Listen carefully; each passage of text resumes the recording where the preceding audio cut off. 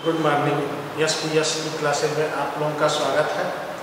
हम लोग आज जो है कक्षा 10 के लेसन 9 जैव प्रक्रम में एक्सक्रीशन या उत्सर्जन के बारे में पढ़ेंगे। इसके बारे में उत्सर्जन जो नए चैप्टर के रूप में है, ये सारे के सारे चीज़ें हम लोग लाइव क्लासेस के अंतर्गत ही पढ़ रहे हैं। जो लाइव के अंदर जो है, लाइव जीवों के अंदर जो सजीवता का गुण प्रकट करने वाला जो है, वो चीज़ें में आता है उत्सर्जन। उत्सर्जन किससे कहते हैं? सभी सजीवों का वह जैव गुण जिसमें जीव शरीर के अंदर विभिन्न जैव तथा उपापचय क्रिया के उपरांत अनावश्यक तरह के जो पदार्थ बनते हैं, उन पदार्थों को हम उत्सर्जी पदार्थ कहते हैं। इन पदार्थों को शरीर से बाहर निकालना ही उत्सर्जन है। यह उत्सर्जन की क्रिया सभी सजीवों के अंदर होने वाली ये जैव प्रक्रिया। ये क्या है? जैव प्रक्रिया। क्या मैंने बोला? सभी सजीवों में जैव तथा उपापचय क्रिया के उपरांत बहुत ऐसे अनावश्यक पदार्थ बनते हैं, विषैले पदार्थ बनते हैं जो शरीर के लिए उपयोगी नहीं होते हैं। उसको हम अनावश्यक या उत्सर्जी पदार्थ कहते हैं। इन पदार्थों को शरीर से बाहर निकालना ही उत्सर्जन कहलाता है। इनको क्या कहते हैं? उत्सर्जन कहते हैं। अब ये उत्सर्जन के लिए अलग अलग जीवों में अलग अलग तरह के प्रक्रियाएं हैं जिसके द्वारा वह उत्सर्जन का कार्य करते हैं। जैसे एक कोशिकीय जीव है, अमीबा, पैरामीशियम, ग्लीना, इसमें कोई विशेष अंग नहीं होता, बल्कि उनके जीव द्रव्य जो है साइक्लोसिस होते रहते हैं, चक्रण करते रहते हैं। अब उस चक्रण के द्वारा यह क्रिस्टलीय रूप में उत्सर्जी पदार्थ परिधीय भाग में पहुंच जाते हैं और वह परिधीय भाग का कुछ भाग फट जाता है और क्रिस्टल के रूप में वो उत्सर्जी पदार्थ बाहर की तरफ जो है निकल जाता है। दूसरा है, ऐसे ही जो है हाइड्रा के अंदर, पोरीफेरा संघ के अंदर आने वाला जो है, सिलेंटेटा संघ के अंदर आने वाला जो जंतु है, हाइड्रा क्या करता है? जिस मुख से वह भोजन को ग्रहण करता है, उसी मुख से वह उत्सर्जी पदार्थों को निकालता है। क्या करता है? जिस मुख से वो भोजन को ग्रहण करता है, उसी मुख से वो उत्सर्जी पदार्थों को बाहर के तरफ जो है निकालता है। ऐसे क्रिया के द्वारा वो उत्सर्जन करता है। जबकि उच्च वर्ग के जीव जंतुओं में विशेष प्रकार के उत्सर्जी अंग होते हैं और उन उत्सर्जी अंगों के द्वारा वह उत्सर्जी पदार्थों को बहिर्गमन करने का कार्य करता है। जिसमें कीटों के अंदर जो है अलग से जो है उसमें जो है पाई जाती है। आपके जो है ये केचुए के अंदर नेफ्रेडियम होता है, नेफ्रेडिया होता है ना, उसके द्वारा उत्सर्जी पदार्थों को बहिर्गमन करते हैं। किसी किसी में फ्लेम सेल्स पाई जाती है, ज्वाला कोशिकाएं पाई जाती है जिससे उत्सर्जी पदार्थों को बहिर्गमन करते हैं। ऐसे मनुष्य के बारे में हम लोगों को पढ़ना है, तो मनुष्य में उत्सर्जी अंग कौन कौन से हैं और ये उत्सर्जी पदार्थ कौन कौन है, इसके बारे में हम लोग तो पढ़ेंगे। क्या आप लोग? मानव में उत्सर्जन, मानव में उत्सर्जन, एक्सक्रीशन इन मैन। मनुष्य भी एक जीव है, इसमें भी विभिन्न जैव तथा उपापचय क्रियाएं होती रहती है और इन क्रियाओं के दौरान बहुत ऐसे विषैले तरह के पदार्थ बनते रहते हैं, उत्सर्जी पदार्थ बनते रहते हैं। जैसे यूरिया, यूरिकम, अमोनिया, एक्रिलिक इत्यादि तरह के जो है ये उत्सर्जी पदार्थ होते हैं। एमिनो अम्ल, ये जितने नाइट्रोजन प्रोटीन युक्त तरह के भोज्य पदार्थ होते हैं, उन पदार्थों के विघटन से ये आपका एमिनो अम्ल, यूरिया जैसे उत्सर्जी पदार्थों का संश्लेषण होता है। कार्बोहाइड्रेट जैसे पोषक पदार्थों के विघटन से कार्बन डाइऑक्साइड जैसे पदार्थों का जो है उत्सर्जन होता है। सरसित्तों में बल्कि जो यूरिक अम्ल उत्सर्जन मनुष्य में भी यूरिक अम्ल जो है होते हैं, इसमें भी उत्सर्जी पदार्थ के रूप में ये जो है पाए जाते हैं, जिसमें ये उत्सर्जी पदार्थ को उत्सर्जन करने के लिए मनुष्य में निम्न प्रकार के उत्सर्जी अंग पाए जाते हैं। कौन कौन से उत्सर्जी अंग हैं मनुष्य में? निम्न प्रकार के उत्सर्जी अंग, जैसे त्वचा पसीने के, मुख गुहा बलगम खेखार थूक के रूप में, फेफड़ा दूषित वायु CO2 के रूप में, यकृत ये अमोनिया को यूरिया में संश्लेषित करता है, यकृत लीवर जो है होता है, मुख ये गुदा द्वार मल द्वार जिसको कह सकते हैं, ये जो है आपका यूरिया यूरिक अम्ल मूत्र भी उत्सर्जित पदार्थ है, ये जो मूत्राशय से निकलता है। तो ये विभिन्न प्रकार के उत्सर्जी अंग होते हैं। इन उत्सर्जी अंगों के द्वारा ही हम लोग उत्सर्जन करते हैं। कौन कौन सा मैंने बोला? त्वचा, फेफड़ा, मुख गुहा, नासिका, यकृत, ये गुदा द्वार या मल द्वार, वृक्क, ये सभी के सभी क्या है? उत्सर्जी अंग है। इन अंगों से हम उत्सर्जी पदार्थों को बहिर्गमन करने का, लेकिन इन सबों में सबसे प्रमुख उत्सर्जी अंग कौन सा है? तो आप लिखेंगे वृक्क। क्या लिखेंगे? वृक्क या किडनी या गुर्दा। आप लोग जानते हैं इसको क्या कहता है? गुर्दे कहते हैं। अंग्रेजी में क्या कहते हैं? वायु किडनी, इसको किडनी वृक्क।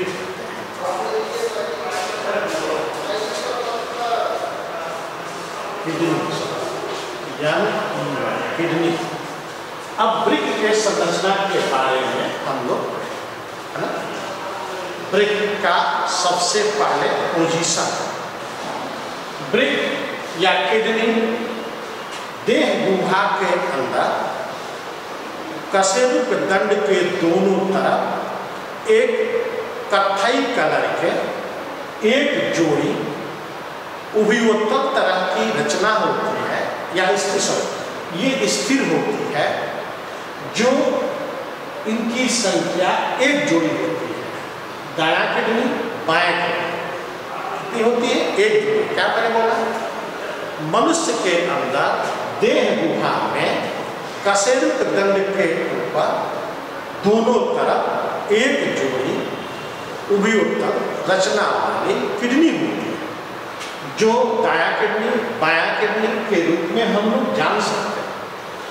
यह किडनी हल्के कत्थई कलर के रंग की होती है, भूरे लाल रंग के इसको कह सकते हैं, भूरे लाल रंग की होती है। इसकी बाह्य संरचना निम्न है। बाह्य संरचना के बारे में हेडिंग लेकर के पहले हमने स्थिति बोला। स्थिति में क्या बोला हूँ कि मनुष्य के देह गुहा में कशेरुक दंड के दोनों तरफ एक जोड़ी वृक्क पाई जाती है, जो हल्के भूरे रंग की होती है, जिसमें दायां किडनी बायां किडनी रूप में ये देखा जाता है। ये स्थिति के बारे में बोला। अब संरचना इसका क्या है? संरचना के बारे में हम लोग बोलेंगे। वृक्क एक उभयोत्तल रचना होती है, जिसकी आकृति सेम के बीज, सेम देखें आप लोग, सेम खाते हैं आप लोग सब्जी बना करके, तो उसी सेम के बीज के आकार के होने के कारण ही इसका नाम हम लोग जो है किडनी रखते हैं। क्या रखते हैं? किडनी रखते हैं। किडनी मतलब होता ही है जो है वृक्क, है ना, सेम का पोजीशन, सेम का के रूप में ये होती है, जिसमें पृष्ठ तल उभरा हुआ, पेट तल अंदर के तरफ धंसा, जिसके ऊपर के तरफ एक अधिवृक्क ग्रंथि पाई जाती है, जो वृक्क के ऊपर टोपी नुमा रचना के रूप में होती है। इस वृक्क की लंबाई लगभग 10 से 12 सेंटीमीटर लंबी, 5 से 6 सेंटीमीटर चौड़ी, और 2 से 3 सेंटीमीटर मोटी होती है। क्या मैं बोल दिया? फिर से पूरा समझना में फिर बोला। वृक्क एक उभयोत्तल रचना वाली होती है जो सेब के बीज के आकार की होती है, अर्थात इसका पृष्ठ तल उभरा हुआ, पेट तल अंदर के तरफ धंसा होता है, ऊपर के तरफ टोपी लूमी रचना अधिवृक्क होती है। क्या होती है? अधिवृक्क। एड्रिनल ग्लैंड्स इसको कहते हैं, एक प्रकार की ग्रंथि है जिसकी लंबाई 10 से 12 सेंटीमीटर, चौड़ाई 5 से 6 सेंटीमीटर और मोटाई 2 से 3 सेंटीमीटर होती है। इस वृक्क के पृष्ठ तल अधर तल के अंदर के तरफ धंसा हुआ भाग ये मूत्रवाहिनी होती है जो एक एक मूत्रवाहिनियां निकल करके सीधे यूरिन डक्ट में, यूरिन बैग में या मूत्राशय में जाकर के खुलती है तथा इसके अंदर ऊपर के तरफ 2 धमनियां, 2 नलिकाएं होती है, एक रीनल धमनी और दूसरा रीनल सिरा।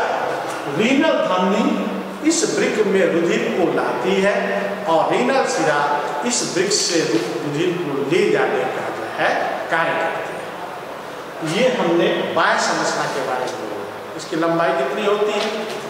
10 से 12 सेंटीमीटर, चौड़ाई 5 से 6 सेंटीमीटर, मोटाई 2 से 3 सेंटीमीटर। किसी बुक्स में 2.5 दिए हैं, है ना। इसके ऊपर कौन सी ग्रंथि होती है? एड्रिनल ग्रंथि या अधिवृक्क ग्रंथि, ना। कौन सी ग्रंथि होती है? अधिवृक्क ग्रंथि होती है। इसमें से यूरिन डक्ट निकलती है। कौन सा डक्ट? अर्थात जो है मूत्रवाहिनी निकलती है। इसमें जाकर मिलती है, मूत्राशय में जाकर मिलती है। ये मूत्र द्वारा बाहर के तरफ से जो है निकलते रहते हैं। ये हमने आपको इसके बाहरी संरचना के बारे में जो है क्लियर हो गया। अब इसकी आंतरिक रचना, बाह्य संरचना के बाद की बाह्य संरचना में अब आंतरिक संरचना। आंतरिक संरचना में हम लोग देखें वृक्क का अनुलंब काट एलियस सेक्शन, जो लंबा काटा जाता है उसको एलियस सेक्शन कहते हैं, जो क्षैतिज काटा जाता है उसको टीएस सेक्शन कहते हैं, ट्रांसफर सेक्शन। तो एलियस सेक्शन काटा जाए, लंबवत काटा जाए तो ये वृक्क 2 स्पष्ट भागों में बटी होती है, जिसका पृष्ठ तल जो भरा हुआ भाग वाले साइड का है उसको हम बल्कुट या इंग्लिश में हम कॉर्टेक्स बोलते हैं। क्या बोलते हैं इसको? कॉर्टेक्स। और अंदर के तरफ अधर तल के साइड में जो होता है उसको हम लोग मेडुला कहते हैं। तो कितने भाग हो गए? 2 भाग। पृष्ठ वाला, पीठ वाला भाग को कॉर्टेक्स या बल्कुट, अधर वाले भाग को मेडुला। इस कॉर्टेक्स भाग के मेसेंकाइमा के अंदर बहुत सी छोटी छोटी गोल नलिकाएं दिखाई देती हैं। इस नलिकाओं को हम लोग वृक्क नलिका, ये क्या है? वृक्क नलिका। वृक्क नलिका ही वास्तव में उत्सर्जन की इकाई होती है। It is the fundamental unit of excretion in humans. ये क्या है? यही मनुष्य के अंदर उत्सर्जन की इकाई होती है जो हमारे ब्लड को फिल्टर करने का कार्य करता है। दूसरा होता है इसकी संख्या जो होती है, ये आपके वृक्क नलिकाओं के ये लाखों में होती है, इनकी संख्या बहुत अधिक होती है। ये जो है लाखों में, करोड़ों में जो है ये पाए जाते हैं, लेकिन इनकी संख्या बहुत छोटे छोटे जो है ये दिखते हैं। इनकी संख्या जो है बहुत अधिक होती है। ये इसको नेफ्रॉन भी हम लोग कहते हैं। दूसरा होता है मेडुला। मेडुला के अंदर ये ऐसे त्रिभुजाकार आकार के बहुत से तंतुओं तरह की रचना से मिलकर के बनी होती। इस रचना को हम लोग पिरामिड बोलते हैं। इन पिरामिडों की संख्या जो होती है 8 से 10 तक एक ब्रिक के अंदर, 8 से 15 तक एक ब्रिक के अंदर, कितना समय बोला, 8 से 15 तक एक ब्रिक के अंदर ये पाई जाती है, जो एक त्रिभुजाकार आकार की रचना होती है। इन पिरामिडों के बीच बीच में संयोजी उत्तक का बना हुआ ये कनेक्टिव मतलब जोड़ होता है, जो एक दूसरे को जोड़ने का कार्य करता है और जोड़ करके ये ऐसे पिरामिड जैसी रचना बनाता है जो एक अंदर के तरफ चौकोर अर्थात अंदर के तरफ एक कोष्ठक में खुलता है। इस कोष्ठक को हम पेल्विस कहते हैं, जो आगे हाइलम में खुलती है और इस हाइलम से मूत्र वाहिनियां निकल करके सीधे मूत्राशय में जाकर के जो है मिल जाती है। ये इसकी आंतरिक संरचना होगा। क्या हमने बोला, ब्रिक का अनुलंब काट काट करके देखा जाए तो स्पष्ट रूप से दो भागों में बटी होती है। पृष्ठ भाग को हम बलपूर्ण, अधर भाग को मेडुला कहते हैं। इस पृष्ठ भाग के नीचे कायना के अंदर बहुत सी छोटी छोटी गोल जैसी रचनाएं दिखाई देती हैं। इस रचना को हम लोग ब्रिक नलिका कहते हैं। ये ब्रिक नलिकाओं की संख्या लाखों से करोड़ों तक होती है, यही उत्सर्जन की इकाई होती है। जबकि मेडुला के बारे में लिखा जाए तो मेडुला अधर तल पर पाए जाने वाले ये भाग होते हैं।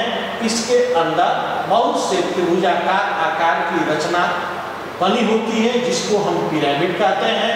पिरामिड पत्थर तंतुओं की बनी हुई त्रिभुजाकार आकार की रचना होती है। इन रचनाओं के बीच बीच में संयोजी उत्तक से बना हुआ भाग होता है, जो पिरामिडों को एक दूसरे से जोड़ने का कार्य करता है। और अंदर के तरफ जो है ये चैम्बर्स होते हैं, कोष्ठक होते हैं। उस कोष्ठक को हम पेल्विस हाइलम कहते हैं, जो हाइलम से पेल्विस होते हुए मूत्र वाहिनियां निकल करके मूत्राशय में जा करके जो है मिल जाती है। जबकि ऊपर के तरफ एड्रेनालिन ग्रंथि होती है, जो कार्टेक्स के सामने होगा, या कार्टिकल एड्रेनालिन जो मेडुला के सामने होगा, मेडुला एड्रेनालिन नामक भाग ये जो है इसके भाग को बांट देते हैं। अब इसके आंतरिक संरचना के बाद ब्रिक नलिका की संरचना को हम कल बताएंगे, और ये इतना तक आप इसको पढ़ेंगे। हम लोग कौन कौन से इसके संरचना बताया मैंने, बाह्य संरचना और आंतरिक संरचना। Thank you.